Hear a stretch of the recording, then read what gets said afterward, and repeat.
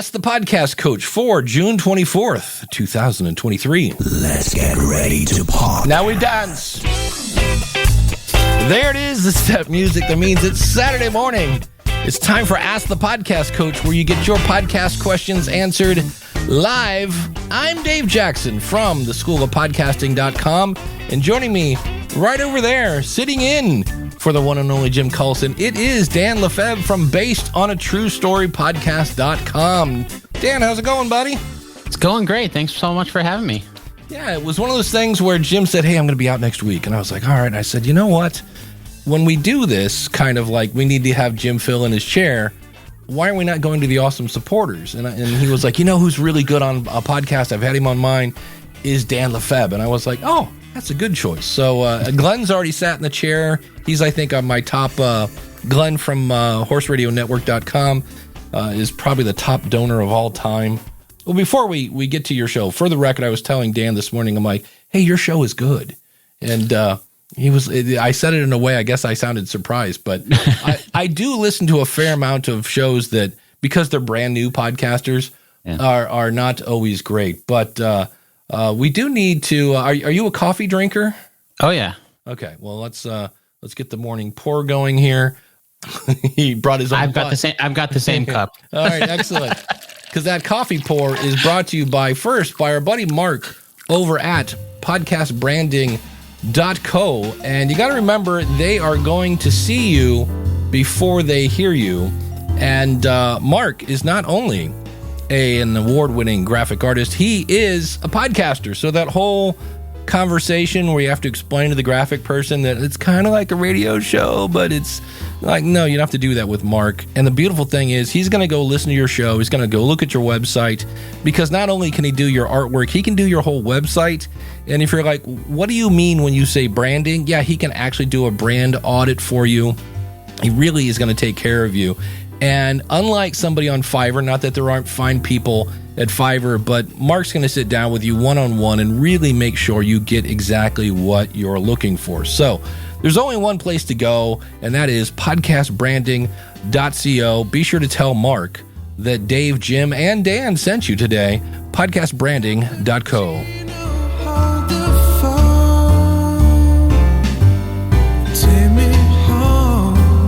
And Dan, would you like to tell everybody about your show? Yeah, sure. Of course. I mean, I actually, before that, I did use Mark to design my business cards when I went to Podcast Movement. And nice. Very happy with that. My show is based on a true story. We talk about the true story behind movies. So the latest episode, The Thin Red Line, the movie about the Guadalcanal campaign in World War II, talked to a World War II historian about how much of it actually happened. Yeah, absolutely. What's cool, I was telling Dan this morning, I'm a Van Halen fan, and in one of the Van Halen songs, David Lee Roth says, here's to your thin red line. And I was like, I've never understood besides, and then I heard there was a movie about it. I'm like, okay, there's more to this. Likewise, there is something going on with Congress and these investigations about Crossfire Hurricane research. And I was like, wait a minute, that's Jumpin' Jack Flash. So anytime you quote lyrics at me, I'm off and running. So I was listening to Thin Red Line this morning, and what's kind of cool is you're jumping into what you think is a movie podcast, and you're like, oh, holy cow, this is kind of a history podcast with a really cool twist. I got to ask you, have you always done the two truths and a lie? No. Because that's such what it is. Well, go ahead and explain what it is, because it's a great tactic. Yeah, it's not something that I came up with. I mean, it's a concept that's out there. Yeah. I actually got the idea from another podcast that did it once on their show. I happened to listen to that one episode. I was like, let me see if I can try that, and got listener feedback. They loved it. Basic concept is, at the beginning of the show, I have give 3 facts. 2 of them are going to be true that we learn about throughout, and then one of them is a lie that I try to also be something that we learn the truth about. So it's obvious that it's a lie. The thing I love about that is instantly I don't know how to explain it, but I started listening harder, if there is such a thing. I was like, okay, I got to really pay attention now. And instantly I'm like, okay, I think this is the lie here. Okay. And then I'm listening for like, okay, is there going to be any clue to this or that? So I just thought it was a fun way to really grab the listener. And they're like, oh, wait, I need to now listen to this. This isn't what I'm going to have on in the background. I'm going to actually listen to that. So did you see, and I don't know how long you've been doing this, but did you ever check to see if you're like an Apple, they show you how far people listen. Did that take any kind of bump when you started doing that? I haven't checked that. That's a good idea to go back and do that. That is one of the purposes behind it, is to try to get people to listen more closely, or at least, stay to the end, because we do reveal what the answer is at the end. But I haven't actually done that. By the time I started doing the Two Truths and a Lie, which has been a few years now, I kind of stopped looking at my stats as much as I used to when I first started. Well, good for you. That's what we all do that. Yeah. That's very cool. And then the other thing, I know you from your podcast. It's always interesting finding out, like, what's your background? My background. Yeah. So my background is actually teaching the people who make movies and games. So I taught the visual effects software. My specialty was in fluid dynamics, but teaching the software for companies like Pixar and Disney were our customers, teaching that software. And then I went from actually on the teaching side to then some of the production side for content creation and that side in that company. And then into their marketing team. And then on the marketing team is where I started my first podcast, interviewing people that made movies and games. So after that job, that was kind of where I got my spark of loving podcasts, and then the mixture of movies, and just always been a fan of history, and kind of went from there. Yeah. Dave says he listens to your show all the way through every time. So there you go. Oh, great. Thank you. It's working. Awesome. Well, the other thing I wanted to ask you about, I have almost all the different media hosts, aside from RSS.com, Transistor, and Megaphone. I saw a demo of Megaphone a couple years ago, and so I just wanted to get your impressions of it. I really don't know much about it. What I used to know, and I don't know if this is true, it used to be that you could only be on Megaphone if you were, in the 10,000 download range. Like, you had to have a big show to go on Megaphone because they had all this advertising stuff. I don't know if that's still the case.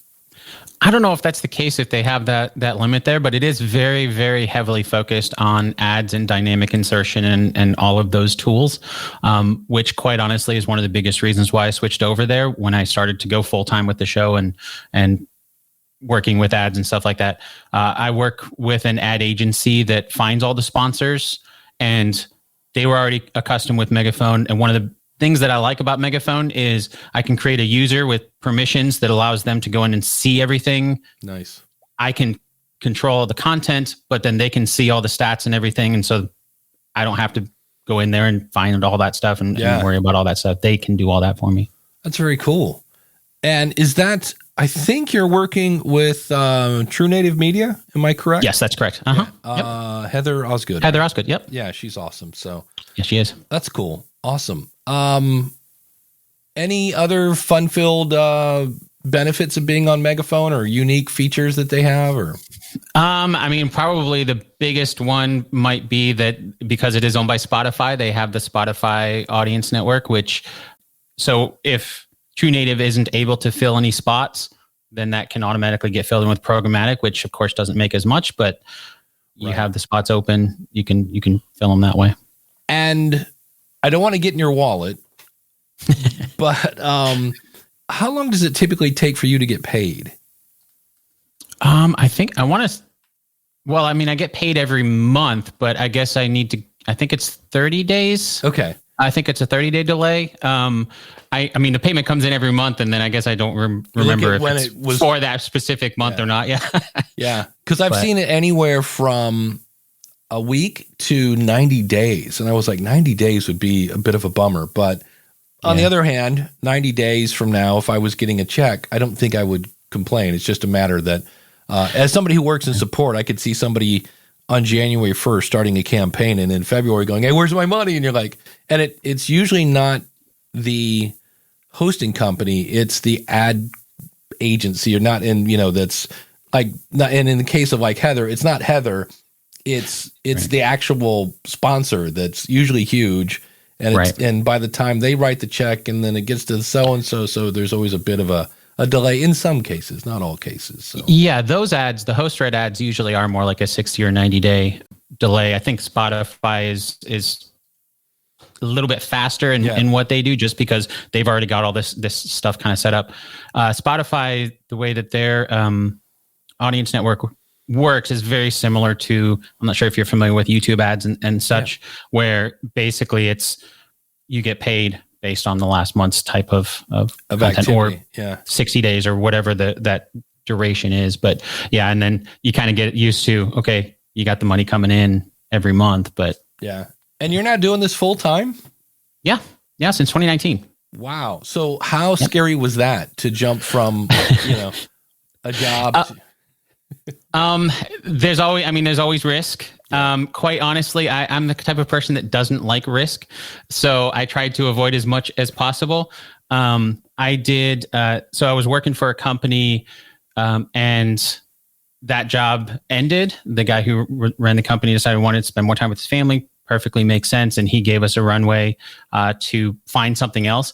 And at that point, I was making the same as my paycheck there. So it wasn't a huge risk, to be completely honest, other than now I don't have that other paycheck. And so now I have to be completely on me. So there's always that risk. It's a one, I'm the only one behind it. So if it's not moving, if I'm not working on it, it's not moving forward, that kind of thing. So yeah, that's always that.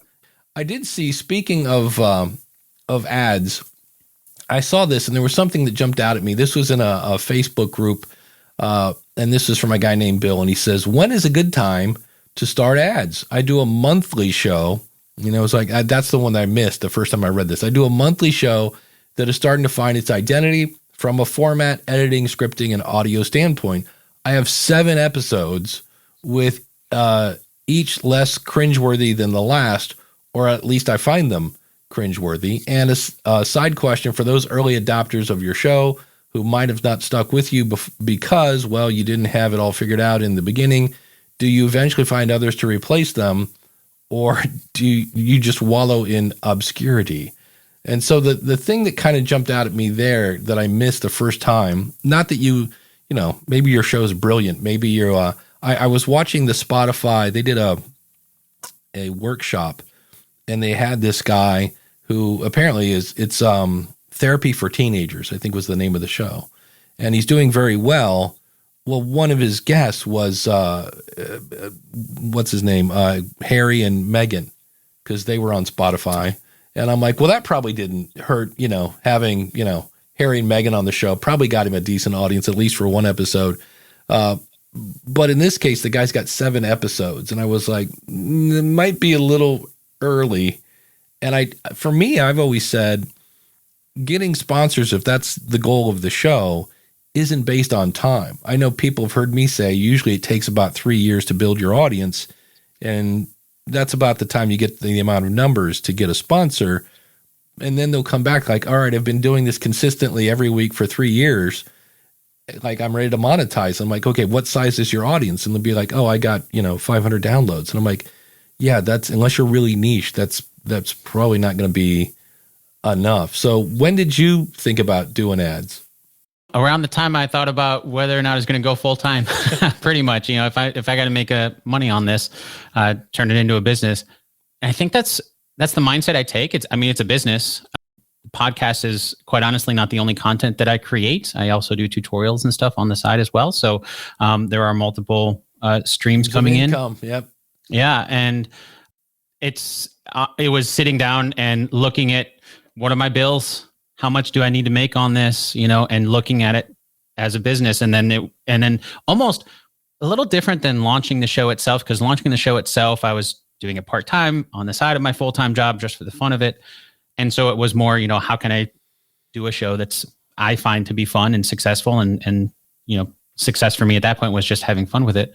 But I almost had to relaunch in a way of, okay, my goal for this is changing now. How do I need to be this successful, and kind of put together a little business plan for it? Novel idea. I think you also have a Patreon, right? I do. Yeah. That was because a few people asked if I did. And that's the best way. How do you know if you should launch a Patreon is when your audience is going, I'd like to give you more money. That's when you know. Yeah. One of the former boss that I had working for that company that did tutorials, so online e-learning. And one of the things he always said was, if people want to give you money, make it easy for them to give you money. If they're paying by credit card or PayPal or whatever that is, accept that, figure out how to accept that, because if they can't pay you, they'll go somewhere else. They'll go somewhere. And I even saw this morning where you've embraced the streaming Satoshi with Podcasting 2.0. When I fired up your show, I was listening through Cast-O-Matic, and I had somehow disconnected my Albi wallet, and it was like, hey, this show's like enabled. And I was like, oh, hold on, let me log back in. So have you, because I always tell people that's like 4 or 5 years out, but on the other hand, it doesn't cost anything to set it up. Have you seen any kind of activity? Because your audience may not be super geeky or really into crypto and things like that.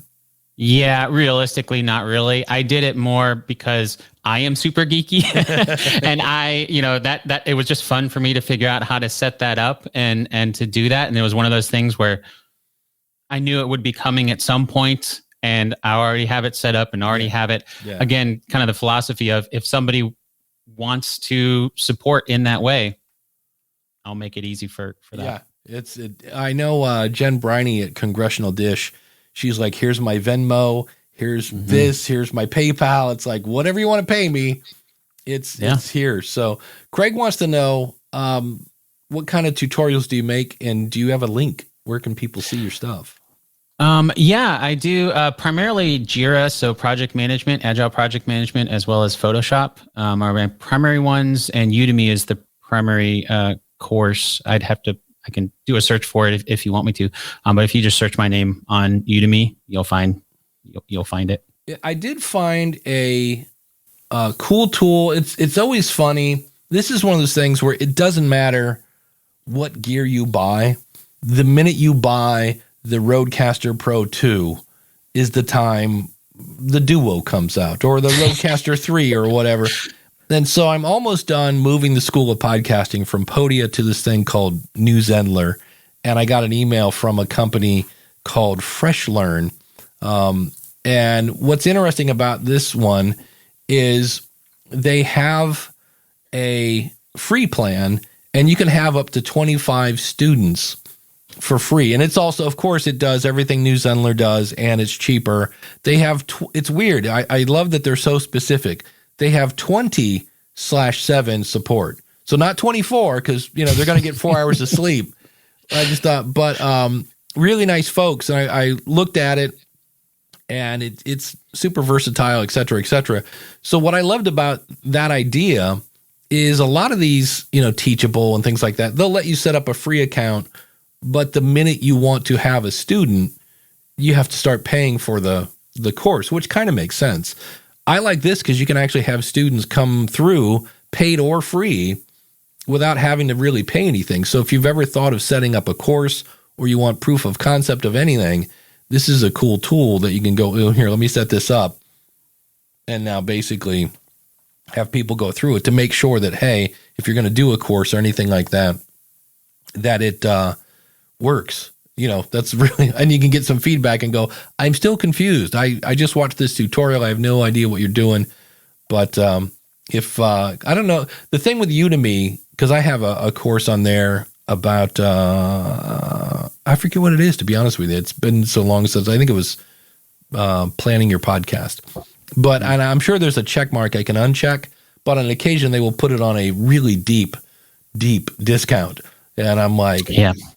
So I was like, okay. Because I remember the ones that was like, hey, here's your monthly check or whatever. And it was like, $2.37. And I was like, I don't remember pricing that. So, but yeah, it's better than a poke in the eye. And, it's come a long way. I hadn't been at Udemy in a while, and I looked at it. It was like, oh, they've updated the brand and the back end and things like that. Do you have any kind of, pros and cons of Udemy? I mean, you can turn that off to participate in their discounts and things like that. But realistically, that is kind of their bread and butter, is those discounts. You get 90% off, that kind of stuff.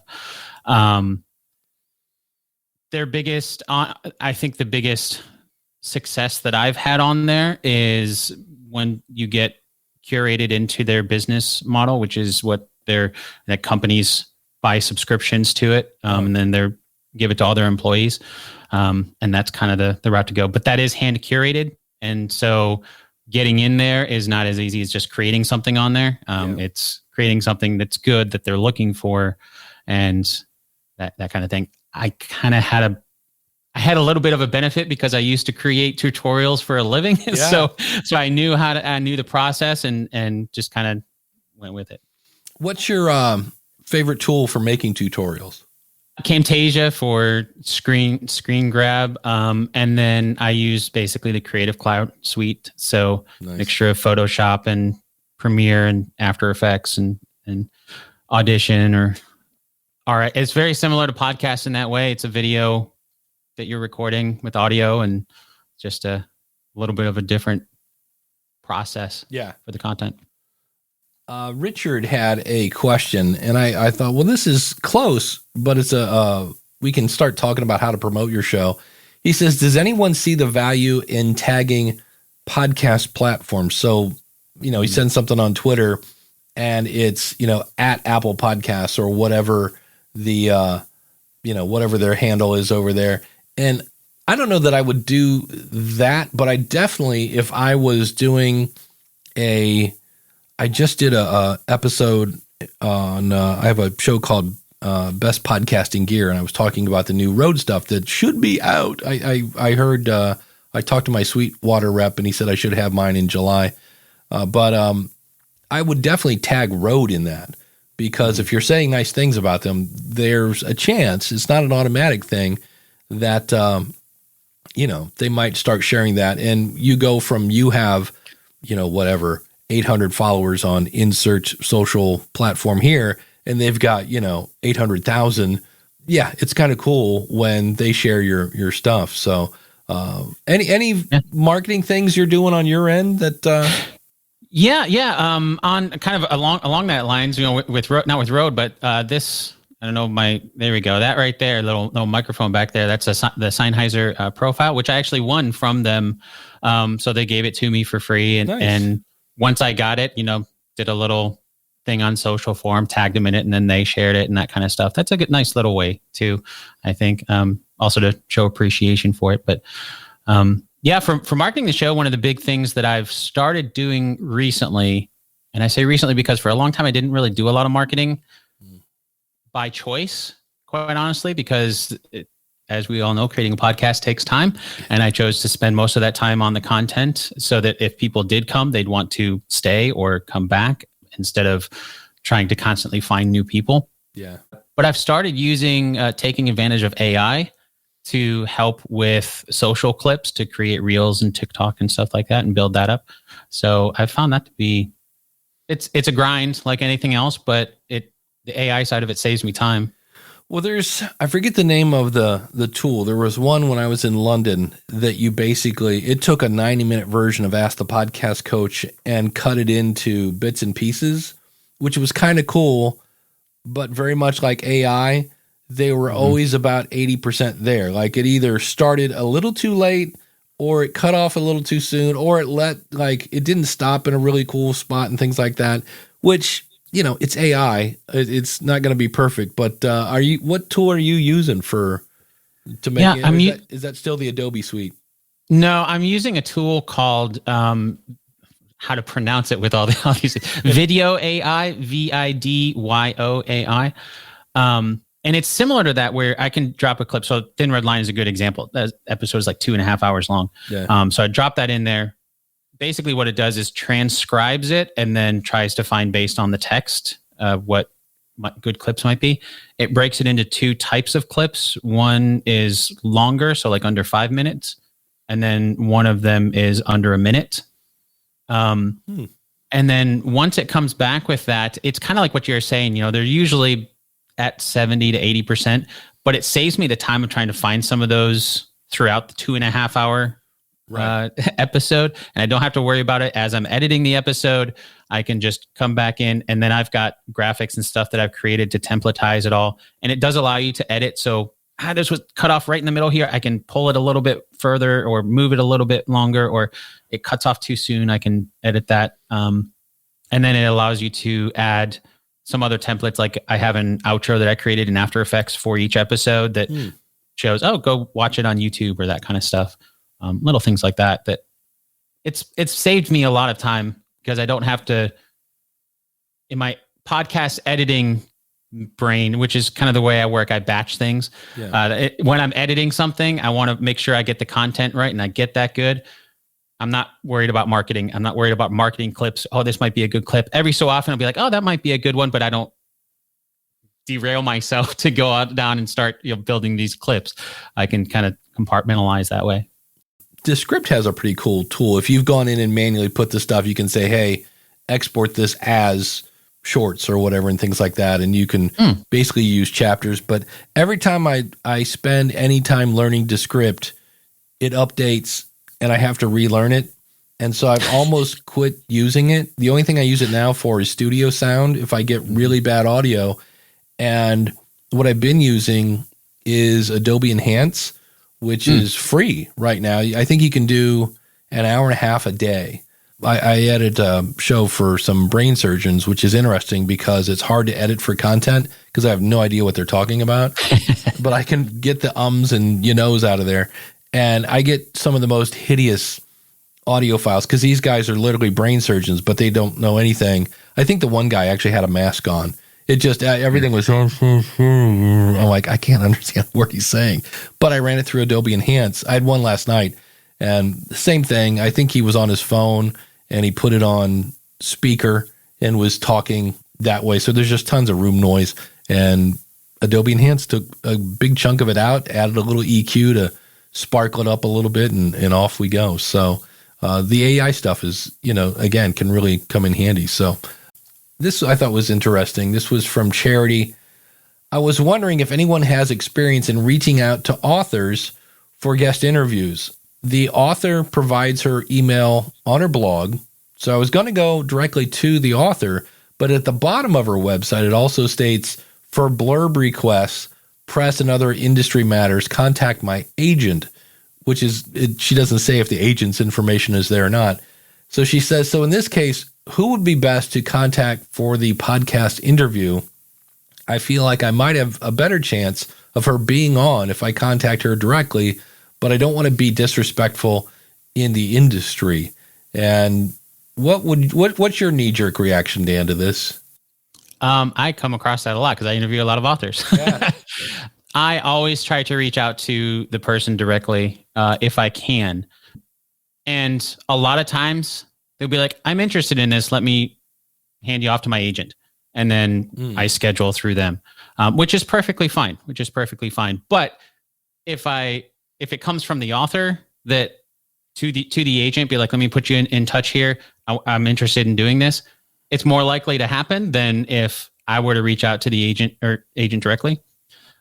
There's also times where sometimes the author, they've got their own schedule, and if they're kind of in between books, it kind of depends. If they're working on promoting a book, then usually it tends to go through the agent more in that way. But if it's something like in my case, sometimes I'll be talking to authors and they wrote a book about the topic 5-6 years ago.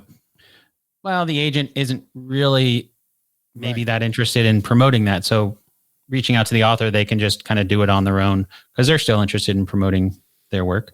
I'm glad to see, because that's primarily what you just said is what I would do. I think I would start with the author, and then in the event I can't get any kind of response, or like you said, if they say, hey, go through my agent, then I would go through my agent. But if I can't get any response, then I would go to the publisher or whoever and just say, kind of, you're kind of telling on them like, hey, this person that you gave money to write a book and promote, I'm trying to promote the book for them, and they're not getting, you don't tell on them, but just say, hey, I'm interested in interviewing one of your authors, so-and-so of this book. I do a podcast about such and such, and they'd be a great expert to have on. And then basically have them nudge the author like, hey, would you please go check your email? This guy's trying to give you some exposure. So. Yeah, I think as you're saying that, it's something that comes to mind too that's really helpful is some sort of a system to manage all that. Because at any given time, like I've got, dozens of people that I'm reaching out to, and sometimes it literally takes years. Yeah. They're not interested. They're working on writing a book. They're not interested right now. But once that book comes out, they'll be interested in promoting that book, and then they'll be interested. Do you have do you use spreadsheets, or what do you use to manage? Okay, I need to email, Meryl again. I haven't talked to her in 3 months, or whoever. I use two primary tools. Jira, one, which is I do tutorials around actually using kind of the podcast workflow as an example. I also use a tool called Todoist, which is task management, and that's kind of for the individual tasks. That's usually more for the emails and things like that. For somebody who is not really sure yet until they confirm. Once they confirm, I'll move it into the Agile project management tool. Okay, this is going to happen, and I can track then the production process. How do you spell Jiro? Jira, Jira. It's short for Gojira, like Godzilla. Oh, okay, got it.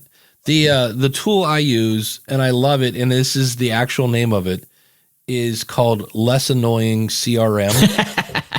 Yeah. Because every time I looked into a CRM, it was all about building funnels and identifying, is this a hot lead and how much money is associated with that lead? And I'm like, I just need something to remind me to, put this there for members of the School of Podcasting. What I love about it is there's an email. And you can do this in a lot of programs, but they'll give you an email that if you email that email address, it'll go into the software. And so what I love is I can email a member of the School of Podcasting, which is already in, the CRM. It works with Zapier, so it's already tied into them. And then I made a contact in my Gmail called first name Les, last name Annoying. And I just blind carbon copy Less Annoying. And when I send that email, it automatically attaches that email to the student's contact in Less Annoying CRM. So I can go in if they schedule consulting or something, and I can go in and see, okay, here's their background, here's what their show is about, blah, blah, blah. And I can easily get right back up to speed with what's going on with this person. And that's really what I wanted. I'm not tracking how much money and funnels and all that other stuff. I just want something to have a place to put all my information about different people. And then what I do, I can use it. You can set it to remind you, like you can log in and see, okay, you've got 4 tasks today, but I also am a huge Todoist fan. So I just basically grab a link to their record and put it into Todoist. And I can say, contact Steve every 3 weeks, blah, blah, blah. And then it'll just automatically make that a reoccurring thing. And so Todoist says, hey, it's time to call Steve. And then I click on it and put all the details in that. So it's, but Todoist it's funny. It took me a while because the one thing that I had to get myself to actually do was to look at Todoist. Like, it was like, It doesn't work if you don't look at it, but I know it works with email in Gmail. There's a like plug-in or whatever you call it when you add stuff to Chrome extension. And, you can basically say, hey, make this a task to follow up on. And when you're in Todoist, you just click on it and it takes you right back to that email, which is very cool. Yeah, the other thing I just wanted to do a public service announcement. If you are, and here's the thing, like when you put out an episode, do you go check all of the different apps to make sure the episode is there? No. Yeah, me neither. But in working at Libsyn, I've had a few people that have said, hey, I see where my episode is in Spotify and Apple, and when I checked it in Google, it's not there. And then I was like, that's odd because I've never done that. I've just assumed if it's in one place, it's in every place.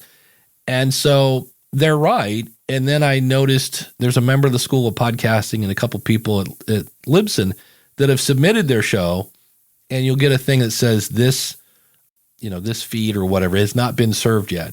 In other words, Google, if you remember, they have that weird thing where they're out searching the internet for your feed, which is kind of good unless you're doing a private feed and then it finds your private feed and that whole 9 yards.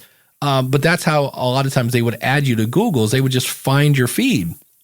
And to make a long story short, we don't know what's going on over there, but it's definitely looking like something like, I don't know if they cut their staff or what's going on, but things are not updating on a regular basis in Google Podcasts. And so what's cool about this is somebody, one of the Libsyn customers reached out to Google and they actually got back. And I always say, if you go into, it's with an S, podcastmanager.google.com, there are little buttons there that have a question mark on it. If you click on it, you get an option to contact Google. And in my travels, it may take 5 days, but they do eventually get back to you. And they said to go to, I believe it's Pub Sub Hub. It's a Google thing. And you can submit your feed there and it might speed things up. So they didn't say what's going on. They didn't say like, hey, we're down to me and, Nancy is now the team. I don't know what's going on, but I'd never heard of go to Pub Sub Hub to, basically add your show to speed up adding Google to find your show. So that was, I don't know. I was just like, okay. But just so you know, all the apps eventually have a bad day, whether it's Apple or Spotify or Amazon or whoever. And I always use the analogy of Netflix. If you're in the living room and you're watching Netflix on your TV and you're like, oh, you know what? I'm going to finish watching this in the bedroom. And you go into the bedroom and you turn on your TV and Netflix won't work. Well, there's something going on with that TV because we know it's not Netflix's problem, because if there was a problem with Netflix, it wouldn't have worked in the living room. There's something going on with your router, your TV. And I always say that's the same thing with a media host. If your show is appearing in Apple but not in Spotify, well, then Captivate or Buzzsprout or Libsyn or whoever is not having a problem, because if they did, it wouldn't show up anywhere. So keep in mind, I know people are like, I had one guy once, it was funny. I'm like, yeah, Apple's they're a little behind on updating. It's I'm not sure why, but we've had multiple people say it's slower. This was a while ago. And he came back, he's like, oh, well, you're lying, because it's Apple. You know what I mean? It's like, no, big companies have bad days too. It's a thing called technology. And sometimes, how many times do we all rush to Twitter to see if Instagram or Facebook is down or something like that? Right? Yeah. Well, and I think it was a couple weeks ago, Amazon, whatever it was, AWS. Yeah, that had some issues. Took a hit, and that was not fun. So, sometimes it can be regional too.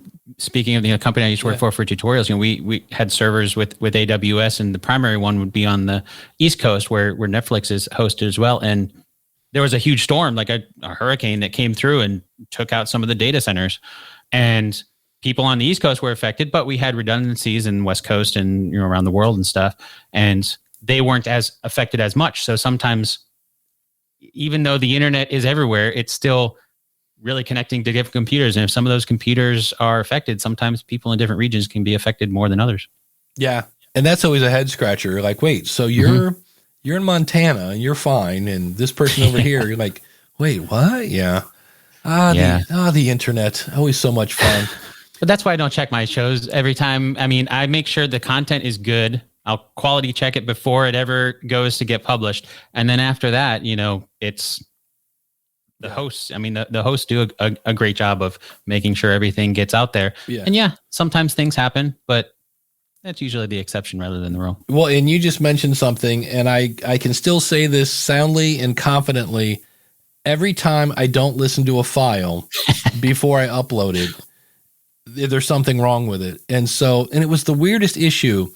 I do a show with Daniel J. Lewis called The Future of Podcasting, where we kind of try to take all the geeky stuff about podcasting 2.0 and make it a little easier to consume for the non-techie person.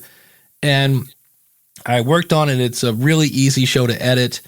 And I got done and was like, okay, great. Everything looks good.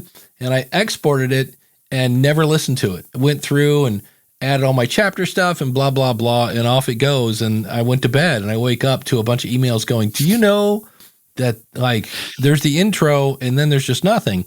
And the Hindenburg was still open.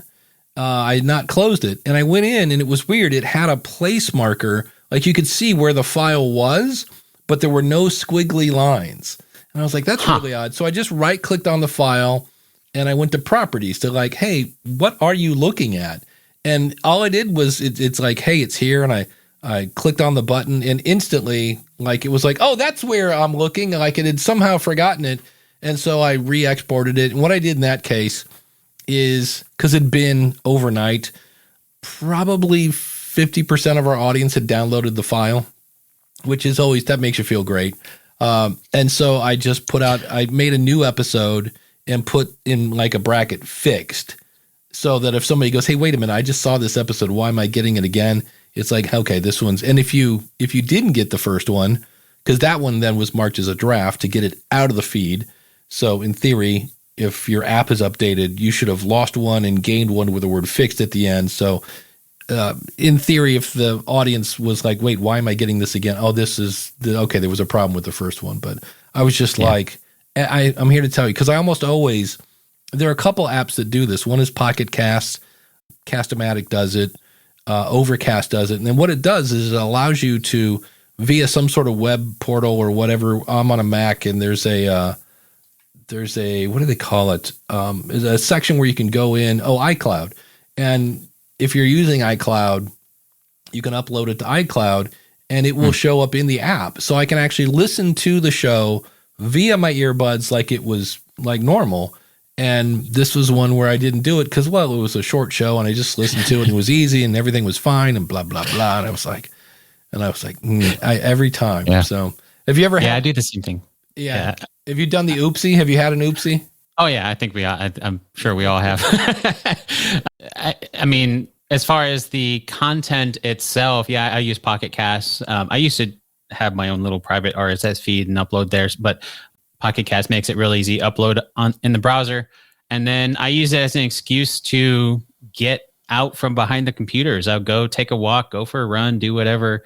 Listen to it, earbuds, run some errands, listen to it in the car. Different speakers, and make sure everything's all good to go before ever scheduling it, before ever getting it. Yeah. I don't publish right away. I always schedule ahead of time. But even then, sometimes an example most recently would be I did a Chernobyl series with five parts. And I produced all those at the same time and scheduled them all out at the same time. Everything was all good to go. But as you could imagine, the process for scheduling it out was pretty repetitive. I mean, they're 5 of the same things, a little bit different. So I copied, the stuff from one episode to the other. Well, it turns out I think it was episode 3 actually had the MP3 file for episode 4. And so as soon as I released it, people were like, wait, what? So I got some feedback and I fixed it within an hour. I fixed it, but for the next week, even till the next one came out, and the next week, somebody was like, did you realize that we've had 2 episode 4s now? Yeah. It's like, well, I mean, I went back, you have to re-download it. It's not going to automatically do that. Sorry. That's how it works, but it is what it is. Yeah. We've all done that. That's always fun. Yeah. And the good news is, at least for me, when I woke up, it was like my inbox was like, hey, just so you know. And then you need people that will give you bad news. You know what I mean? You need the people like, hey, just so you know, I had, I forget what the deal was with their website, but they had a link that was going to nowhere. And I was like, hey, just so you know, this is a really good article. And you got me all hot and bothered about this thing. And at the bottom, I clicked on it to check out more information. And I go, I don't know if it's some sort of click tracking redirect thing. I go, but it just sent me to page cannot be found. And they're like, oh my God, that's the whole point of the article was to get you to click on that. Yeah. And then it didn't work. And he's like, thank you so much. So as much as, we all hate to be in that situation, the sooner you can let somebody know there's a problem, the better it is. Cause man, that's nothing worse. And I think that the tone in which it's said is very helpful too. Yeah, for sure. There's definitely a lot of times where people will be very accusatory, and it just human nature. It puts you on defense right away, and that's not helpful. Yeah, we were talking about Descript earlier. Chris Stone says Descript is a beast. I agree. For doing video, it really is great. Yeah, they kind of shifted their focus a little bit. Because audio, there's not much to it, but they really started focusing on, hey, you can use this for video. The changes they're making are extremely useful. And he says, but I agree. They keep moving the furniture. Yeah, that's not good. And I need to go back because that's the thing I loved about Descript with video, especially, is there's a speed control. And like in Camtasia, I'm with you. I've used Camtasia. And the only reason I use Camtasia is I used to do tutorials for my day job. I love it, but that's the one thing I wish they would add is a way to speed up. Because sometimes you've got all the, fly-ins and fades and all the other stuff and everything's great. You just want to watch it one more time just to make sure. And instead of just scrolling through the whole timeline, it'd be cool if you could kind of watch it a little sped up. And so I love the fact that the script lets me basically speed it up. I can't remember. I think people do get chipmunky, which is always kind of weird when all of a sudden everybody sounds like one of the seven dwarfs or whatever.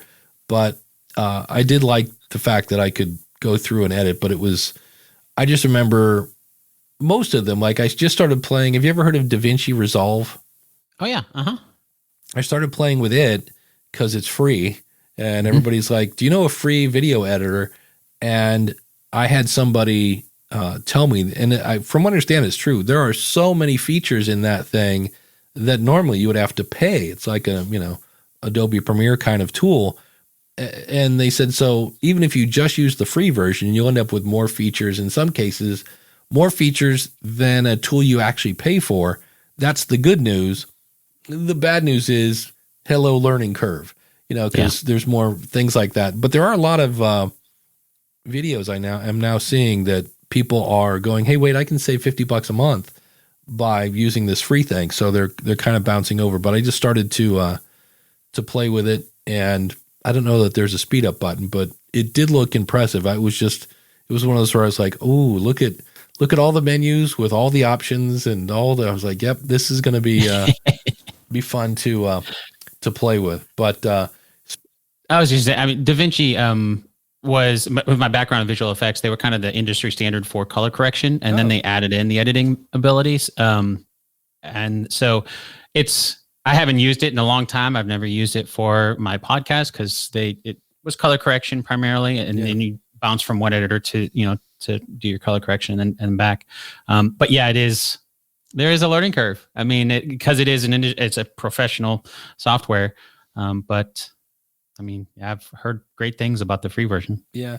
The other thing I wanted to ask you about when I was listening to the Thin Red Line, that guy had already been on your show once. He was a World War II he's been on a few times. Guru. Mm-hmm. Because you're dealing with authors, and not every author, is podcast ready.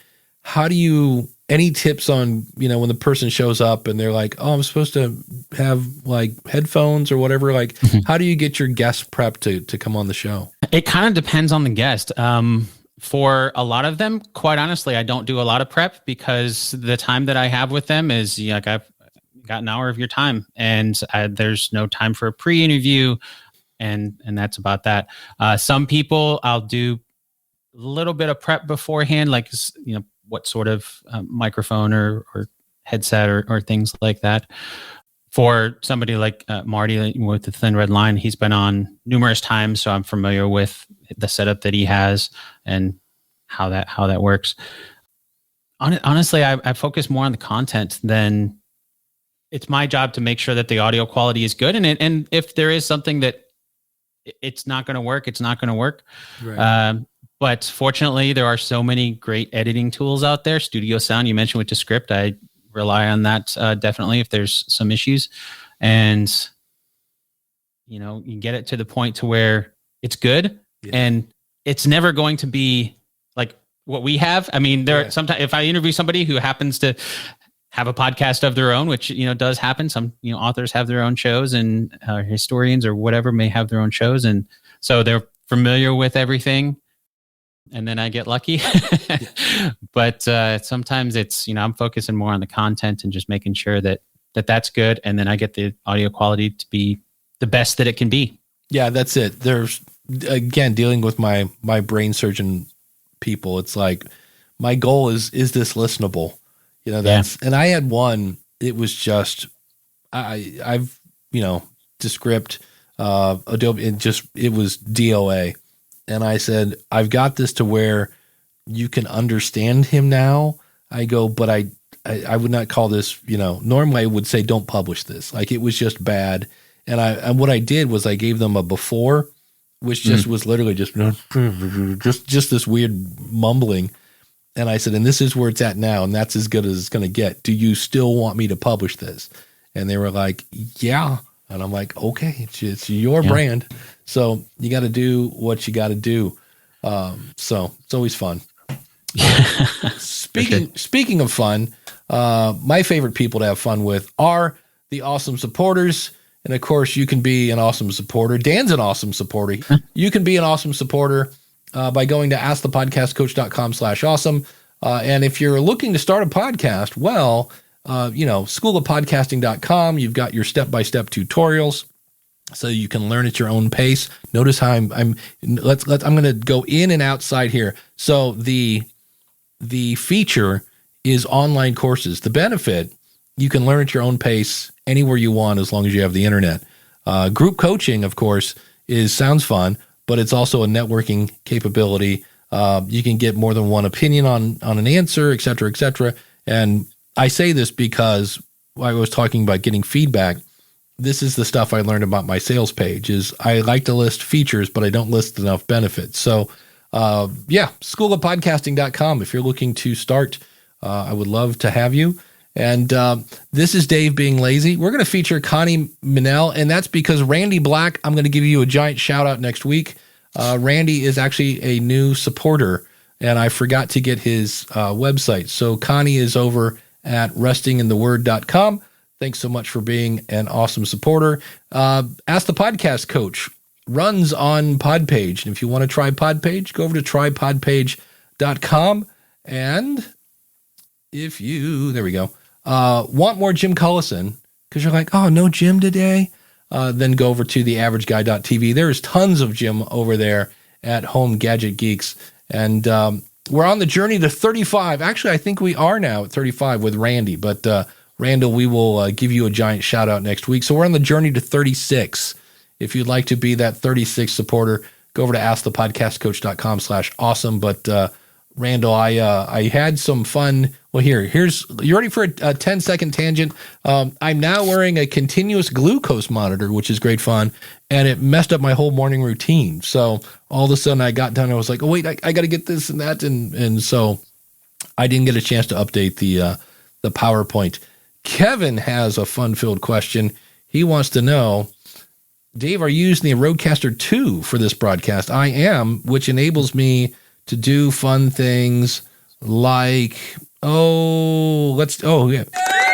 We've got that. Where's my air horn at? I thought I had it. Or take my wife, please.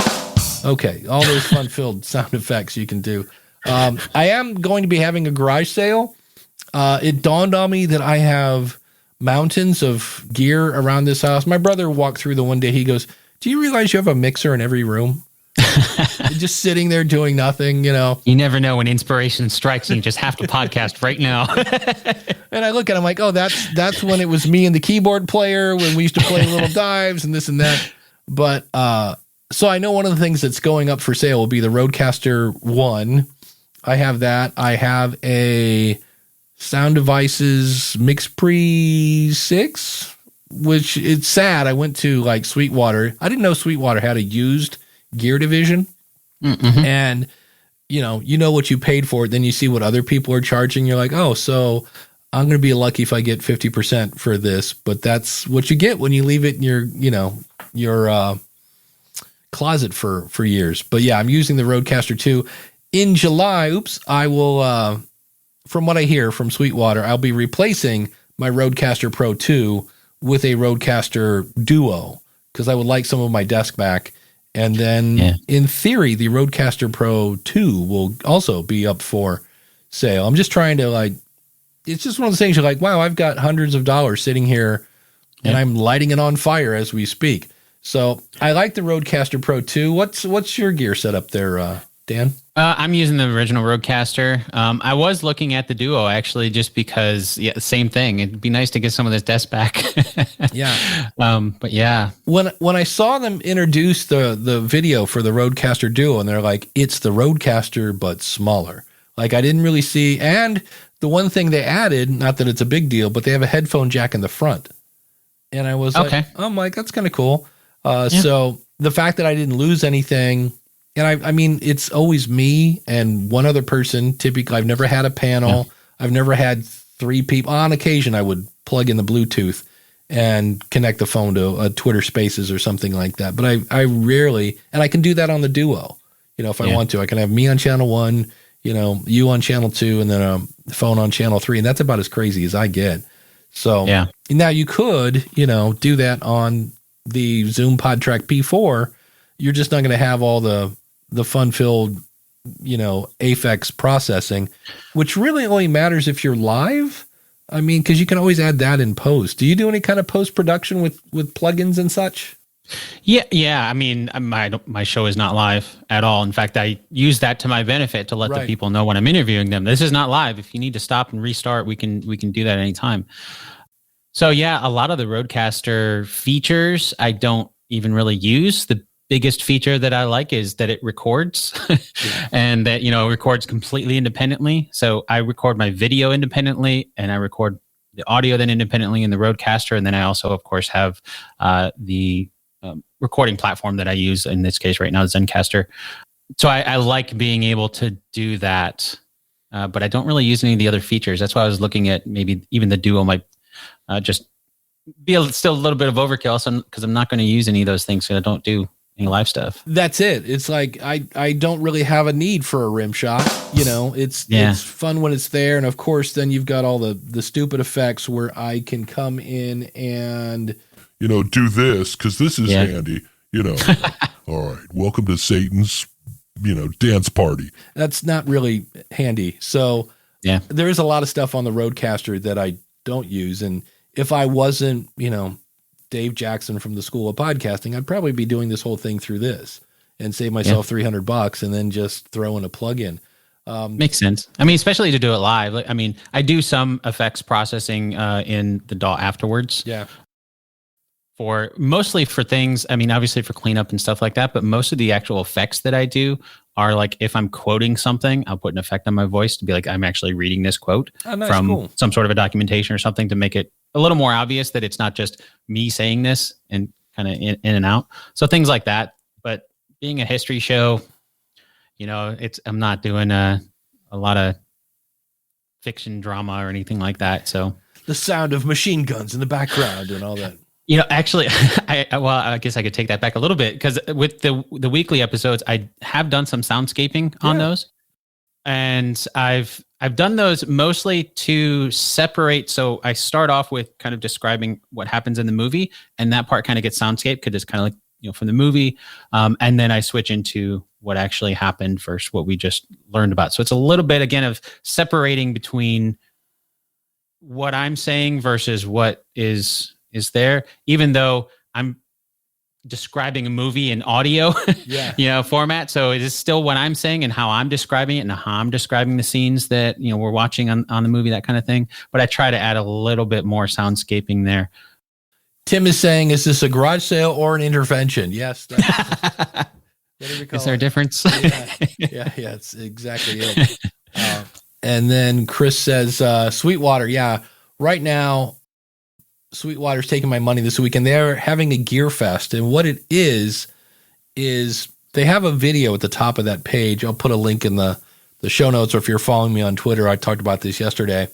And they have all these sales, but some of the sales are not huge sales, but what they're doing, which is a great kind of marketing tool, is they're giving you, I forget what they call them, it's something buck, like sweet bucks or something like that. So basically money that you can use towards other things. And I know on if you sell your stuff on Sweetwater, you get 100% of the sale if you take the money in Sweetwater money, so you can use it towards buying something else, or you'll get 80% of the sales. So I think I'm going to start, when I sell stuff, it'll be like on Facebook Marketplace, because I don't know that they take a cut. I'll have to go back and look at that. I'm assuming they should if they're not. And then if it doesn't sell there, then I'll throw it into Sweetwater, some other place where people are looking for that. Or I'll just throw it on, that might be something I could sell through my newsletter or Facebook, or just, hey, I'm selling this. Who wants to buy it, kind of thing. So that could work. Yeah. Uncle Mars says the Duo is awesome. He just used it this past week for a live on-site podcast. That would be a great use of that because it's small. And they are starting to, I saw on Sweetwater, if it's not from Rode, but I did see some from Rode, they're starting to make cases for this stuff. Oh, nice. For that person who wants to do the live broadcast from the bar or whatever. And then Chris is asking, there's still no TRRS cable. No, I wish there was. That's the one feature that I kind of go, that's the one piece of feedback. Because on the Rodecaster 1, you could tie your phone in with a cable. And I really, really missed that. It was super easy.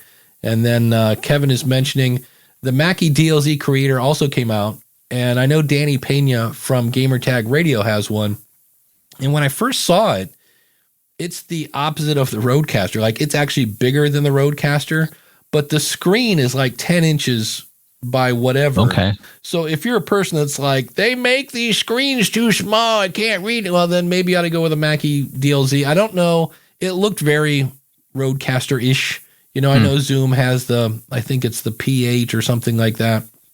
The thing that I didn't like about the Zoom unit, that's another one that will be going up for sale, is if you do longer episodes, I think they cut it like 45 minutes. They don't cut it, but they all of a sudden, like, let's say I had 4 files from this interview or whatever. Oh. And then I'll get another second set of 45 minutes or however long you need it.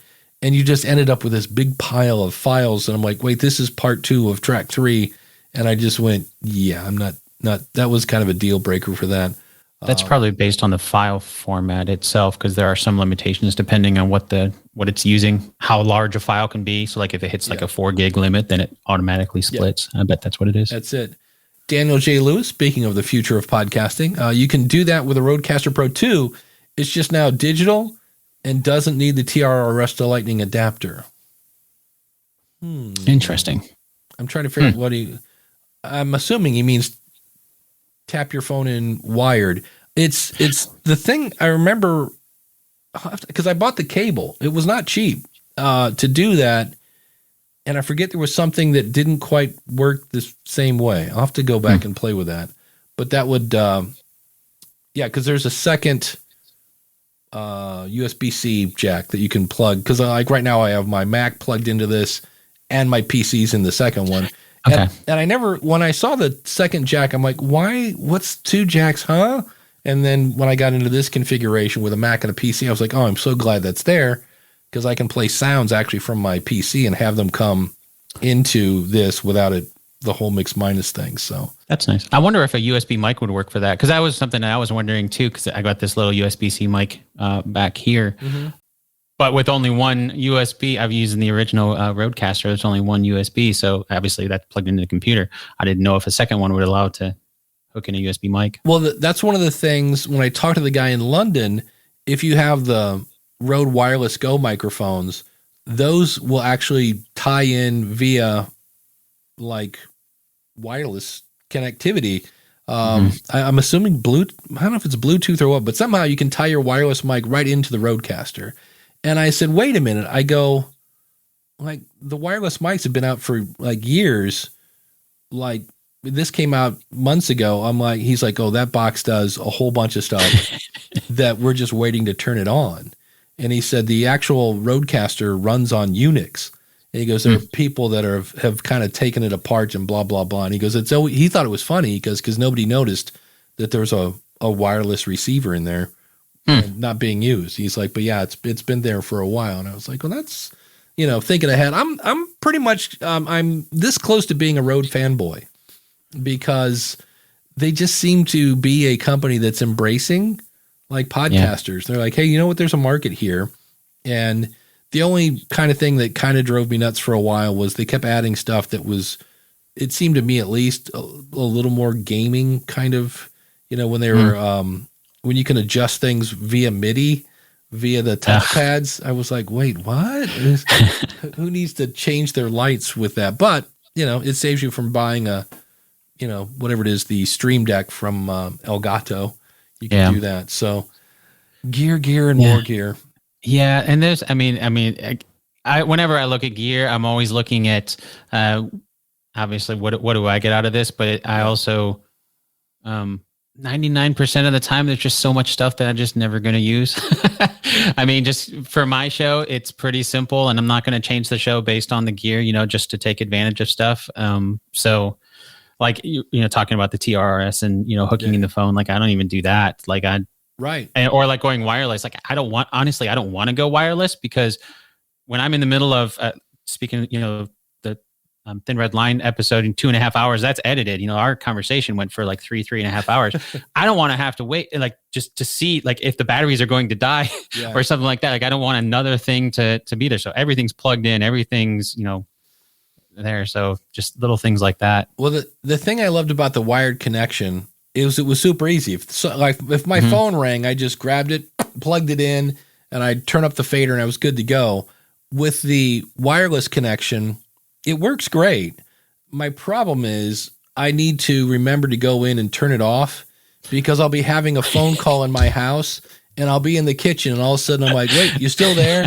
And I'll hear the person I'm talking to's voice come out of the speakers back in my studio. And I'm like, I forgot to turn off the Bluetooth thing. So that's just me. That's just operator error. But I'm like, here we go. Hold on. Let me go in that. Or I've done that where I'll be outside and I'll be right near, like, my backyard's right here.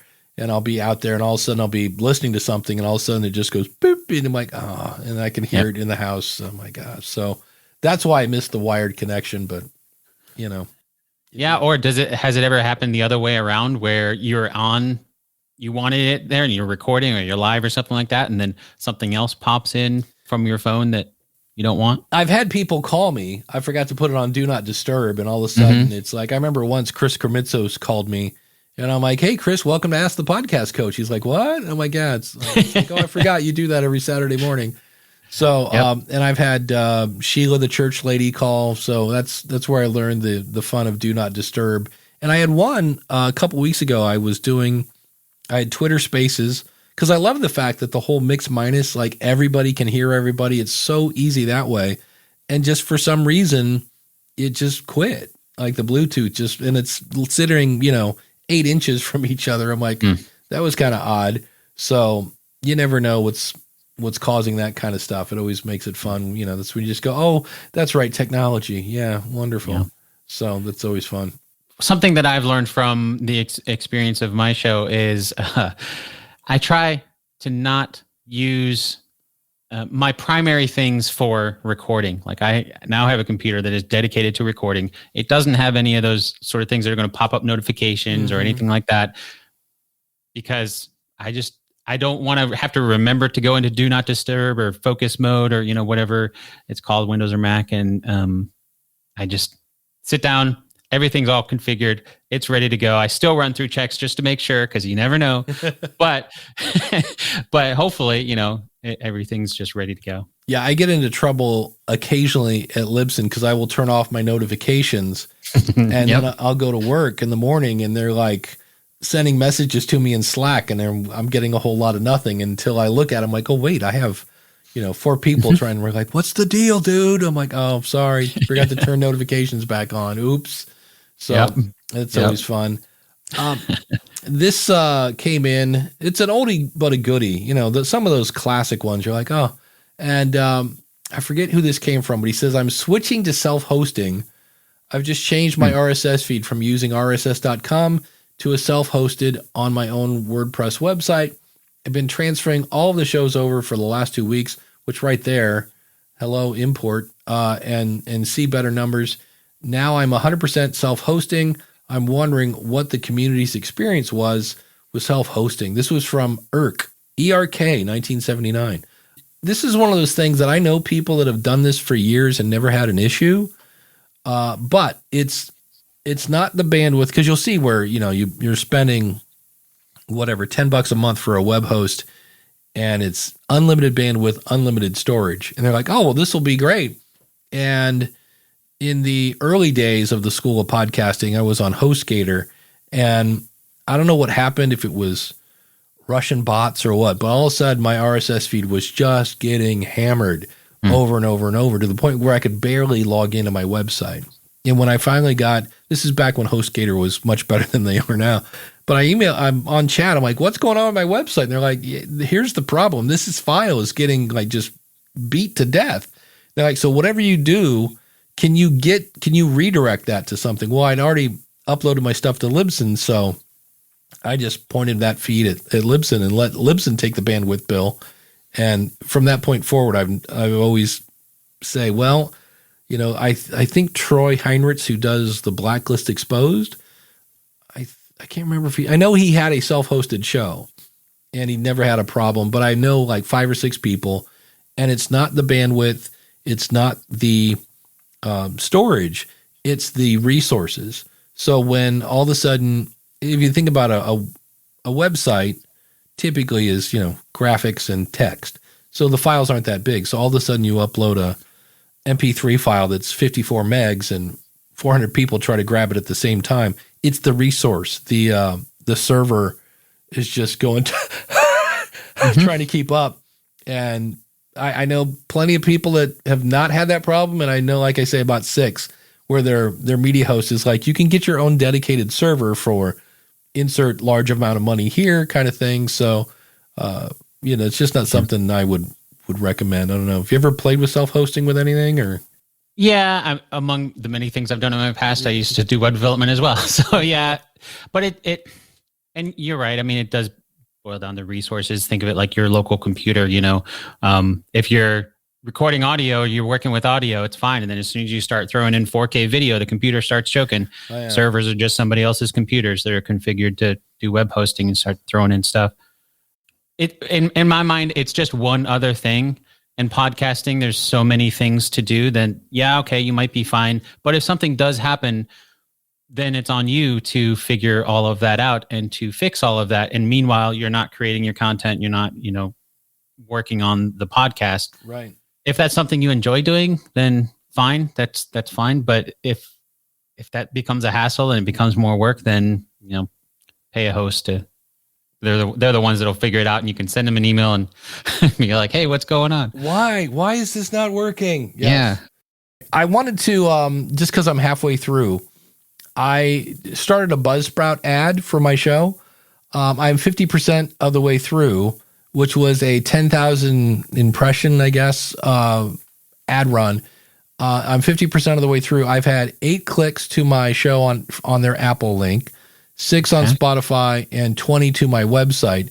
So I've had 5,683 impressions, and that's 34, which equals a 0.6 click-through rate, which is not good. And so this is where people might go, well, Buzzsprout ads suck. And so I wanted to get your opinion on this. Dang it, I just had it. Here we go. I need your thought on does this make you want to click something? So The School of Podcasting with Dave Jackson. Are you looking to start your own podcast but don't know where to begin? Look no further than theschoolofpodcasting.com. Our comprehensive online courses and one-on-one coaching will teach you everything you need to know, from equipment and editing to marketing and monetization. At theschoolofpodcasting.com, you'll be creating high-quality, engaging content in no time. Say goodbye to frustration and uncertainty, and hello to the community at theschoolofpodcasting.com. So this is where I need a friend to tell me the truth, and scale from 1 to 10. Like, I'd say it's good. I think, I have my own little thing that I go, Okay. I like mentioning monetization. Everybody wants to make money on things like that. My initial approach would be maybe focus a little more on you're with them step by step, every step of the way. Oh. So say goodbye to frustrations. The impression I got from that was that it's just, online courses, and that's where you're going to solve it. So they have to solve it on their own. But you also have this other element too. Like if they have questions, it's not just another, online course that you're going to have to figure out on your own when things don't work on your side the way that they do in the video, right? Beautiful. My initial thing. For me, I sounded like I was trying to be a radio guy. Like there was a lot of it was like, say goodbye to men. You can do this and blah, blah, blah. And it was like, all right. So the first one I did was even worse than that because it was all about me. Like, look at me. I've been doing this for so long and I've got all this experience. I'm like, who cares? Like, so, so there's that. And then I said I had somebody evaluate my landing page, and that was embarrassing in a way that they just kept finding stuff like this is, and again, I was listing features, not benefits, but there was one button that was like more information, and the page it went to was like not helpful at all. And I was like, how did that one get through? Craig says, how about inserting a current or past SOP member in the middle to give, the fun thing about Buzzsprout ads, they're 40 seconds, which is not super short, but all of a sudden you're like, I want to say all this stuff. So, but if I do another one, that's what I'm doing now on the School of Podcasting, which are 60-second ads. Yeah. Generally, like when I'm writing those things, I fall back on some marketing training I've taken. It's like WIFM, what's in it for me? That's WIFM is the acronym. What's in it for me? And think of that from that. Whenever doing that. Another thing I'm thinking about too is I haven't played with Buzzsprout ads, but do we know what their overall numbers are? Because a lot of it could rely on their interface too. Like if they have something, but it's not the app itself, or however their interface is designed, is not conducive to as so clicking as much as YouTube or something like that. You might not have as good results on their platform. Yeah. So here's what I did is they gave me like 39 people. Or no, 78 podcasts have been blocked because I was like, I wanted something that was either, online marketing or podcasting related. And so the only two people that said, yes, I want your ad, because you get to kind of choose who has your ad and they get to choose if they want that. So I ended up with Serve Strong Finish, which is this, and then the Simple and Smart SEO show. And I was like, okay, now you can go here to their website. And so if I go to an episode, I'm hoping this isn't going to start playing good. And I'm looking at their show notes, which are nice, but somewhere down here, there we go. No, to learn more, blah, blah, blah. Okay, that's interesting that I don't see a link to the School of Podcasting in his stuff. I might have to ask them. Let me go back to this, the joy of live. We'll do it live. Because the last time I would come over, and there it is. So here's the School of Podcasting. That's that link. And I don't know if you can tell, but you can see in the bottom left-hand corner that I have that as a trackable link. I'm using Switchy for that. And same thing for my Apple Podcast and Spotify. So I'm tracking this, but it is at the very bottom of the show notes, which I kind of get. But, that's kind of what you get with that. And so you get to pick what shows, and then, the audio is there. So you should have some sort of website call to action. And then, here's one where I declined. And this is when they accepted it. And I'm not going to see who that was, but so you can go in. I told him, I said, I would love to be able to see out of the 56, 91 downloads I've had. I'd love to see that like 4,000 were from this and 1,000 were from that. So they're pretty, open to suggestions. It's still kind of a new thing, but I just was thinking that, hey, it's people that listen to podcasts. I'm trying to get my stuff in front of that. And that's where you kind of go, how many listeners want to start their own podcast? Don't know. So, but. Yeah. I mean, I guess you won't know until you try it. Yeah. On some of those. The type of shows, obviously, that's where it comes into the target audience. We're all familiar with that aspect of, depending on the type of show. Well, what's happened is this campaign now has been going on for probably the better part of a month because I only have 2 shows. And I said, I'll take like the first 2 or 3 that accept, and only 2 said, yeah, I'll take it. And that way the campaign goes longer. So my thought is they'll probably hear this ad more than once if they're doing like a weekly show. So I would rather have a couple shows that have this campaign go for a little longer than the first one I did. I just accepted everybody. I was like, okay, everybody in the pool. And the campaign lasted like a week. So most of those people heard the ad once. And I was like, that was with a bad ad. And I was like, wait, let's niche down a little bit on who can do that. And then the third thing that I'm working on now is like, okay, it doesn't make any sense to drive people to a sales page if the sales page isn't going to do its job. And I just say that because I see people going, well, I tried this and it didn't work. I'm like, well, there's probably more than one piece to that puzzle that you might want to look at. In some cases, like you said, you don't have the right audience or whatever. So Do they let you do multiple ad reads across the campaign? It's one. Just one? Yeah, which it's kind of a bummer because I'd like to like halfway through go, hey, can we swap this out? Or, that would refreshed.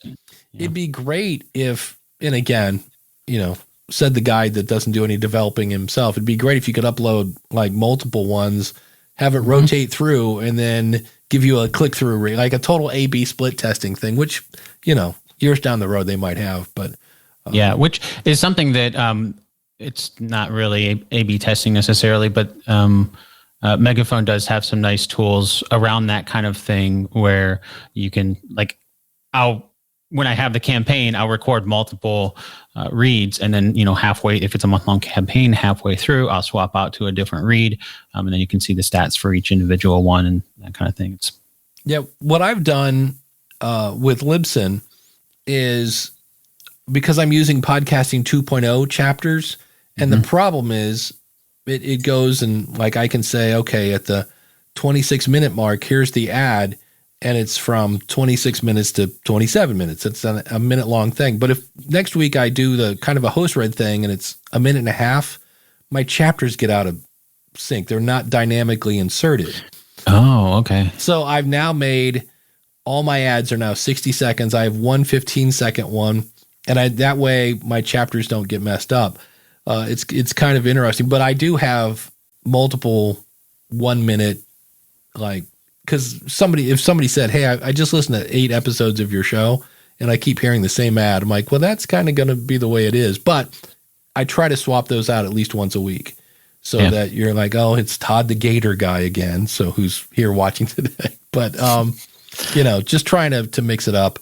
So, but, do you get to upload 4 and then you just rotate through? Or is it So I'll upload them actually.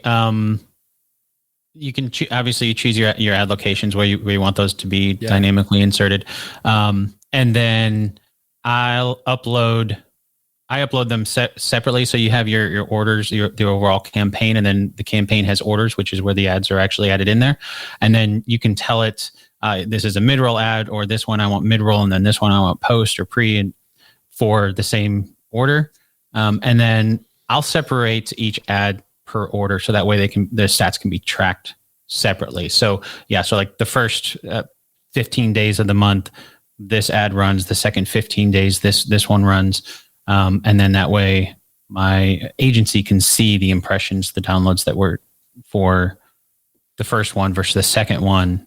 But collectively, it's overall for the overall campaign, and you can see those collectively as well. Well, and now they have, I forget what they're calling it. I think it's the Spotify Pixel.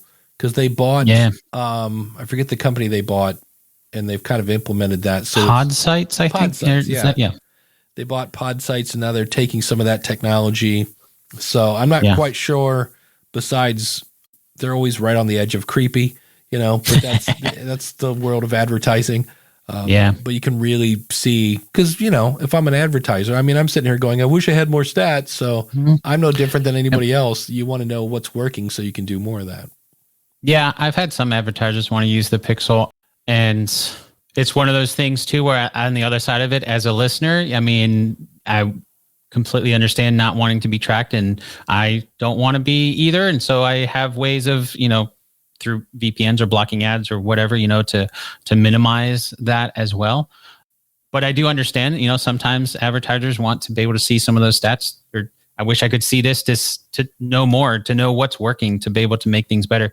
It's the same sort of thing, as a podcaster looking at stats, you're talking earlier about, from the beginning to the end, are people listening? You just want to know that, to know, am I making good content? So there's some valuable information in there in the analytics, although it can get creepy, that's for sure. Well, and when you're doing these host read ads, are you doing host read ads? I guess would be my first question. Okay, so I assumed, because if you're doing this full time, you're not doing it on programmatic. But how, because sometimes they'll give you a script, sometimes they'll give you a bullet point. Any advice on that how to make them sound natural, et cetera, and still not have to do a redo? Yeah, usually I'll get talking points where most of it is they want it to be in your voice. They want it to be, your own experience. There's always a part that is verbatim, the call to action, usually at the end, that's this promo code, whatever it is. But yeah, I mean, be authentic, be yourself. And that's a big part of it. I've actually just with the last run, actually it's coming up on the end of the month, so it'll end here pretty soon.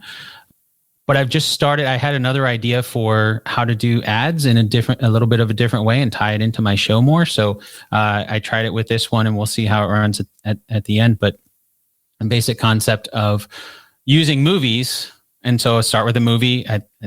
For this one, I think I was starting with, what was it? Pirates of the Caribbean, and then the ending was Fast and the Furious, right? So two completely different things, but the connection was how Pirates of the Caribbean shows barbecue, and then at the end, Fast and the Furious, everybody hangs around barbecue family. I share a little history in between, and then Omaha Steaks is the sponsor, and so it's like just tie all that into history, a little bit of history. People hopefully want to listen to a couple minutes of history of how barbecue came to be from the Caribbean into what we think of a barbecue now, leading into the 4th of July and things like that. So try to tie it to your show. Your audience is listening to your show, and try to have something that they'll be interested in listening to. Well, it's working because it's making me hungry. I'm like, there you go. well, there you go. Well, Dan, thanks for filling in for Jim. I forget what he said, why he's not here, but it's Jim. Every now and then he's got things to do and family and things like that to take care of. So everybody go check out Dan over at Based on a True Story Podcast.com. And I recommend, like I say, you said it was like 2 hours long, The Thin Red Line, but that guy knows his stuff. Holy cow. He does. And you do a great job of asking, like bringing up a topic and then kind of just staying out of his way. And at the same time, not letting him completely take off with the show. So it was really good stuff. So thanks for filling in. Yep, no problem. This helps. Keep notes as you're interviewing. Oh, always. Absolutely. Yeah. What's coming up on Based on a True Story podcast? Yeah, so I've got the weekly episodes that come out every Monday for what happened this week. But also next week, I've got an interview with another author, Furman Daniel, about young Winston. So the young life of Winston Churchill. There you go. On the School of Podcasting, honestly, I'm drawing a complete brain fart right now. All right, it's something. I'm talking podcasting. I'm helping you plan launch. We're talking about how to sell online courses, which you might be thinking, yeah, but I don't sell online courses. There's a lot of the marketing stuff that he talks about can be easily applied to, I need to do this with my podcast. So really cool stuff. That's a whole other Because of My Podcast story. You will hear Craig's Because of My Podcast story as well on this week's episode of the School of Podcasting. It's a good one. So thanks to the chat room. Thanks to Dan for sponsoring the mug. Thanks to Mark for being a sponsor over at podcastbranding.co. And we'll see you, I believe Jim is back next week with another fun episode of Ask the Podcast Coach. Like and subscribe and ring the bell.